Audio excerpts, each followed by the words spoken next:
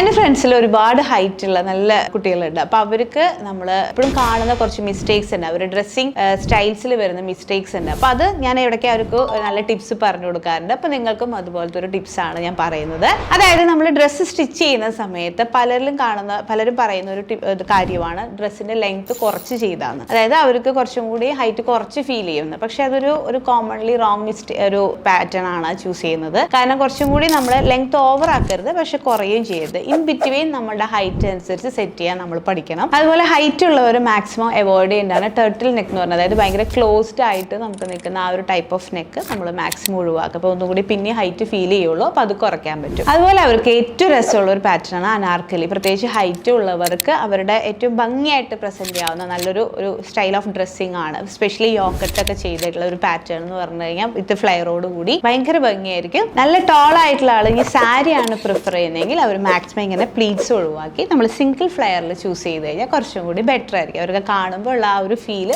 Different ആയിരിക്കും. അപ്പോൾ നിങ്ങൾക്ക് ഉപകാരപ്പെട്ടു എന്ന് വിചാരിക്കുന്നു. നിങ്ങൾക്ക് എന്തെങ്കിലും സജഷൻസ് ഉണ്ടെങ്കിൽ നിങ്ങൾക്ക് ഇതിൽ ഡ്രോപ്പ് ചെയ്യാവുന്നതാണ്. Okay, thank you.